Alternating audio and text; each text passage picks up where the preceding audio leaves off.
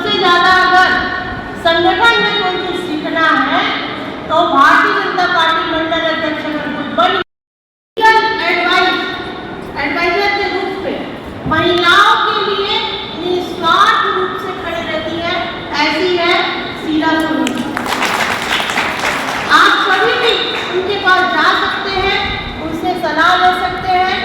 और वो हमेशा गरीबों के लिए बताऊंगी इनको, क्योंकि ये नहीं बोलूंगी कि नगर पालिका अध्यक्ष इनके हस्बैंड है, ठीक है, ये नहीं बोल रहा। विजयलक्ष्मी कौशिक की पार्षद है और विभिन्न जो सामाजिक कार्य होता है, हम सब कहीं न कहीं जुड़े हैं, उन सामाजिक कार्यों से लगातार जुड़ी हुई है और भारतीय जनता पार्टी प्रदेश की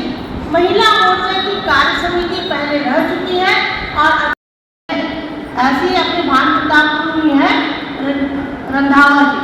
और महिला मोर्चा में प्रदेश कार्य समिति सदस्य पहले भी रह चुकी है, अभी भी वर्तमान में है।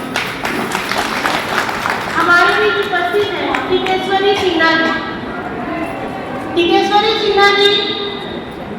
पहले भी जिला की महामंत्री रही हैं,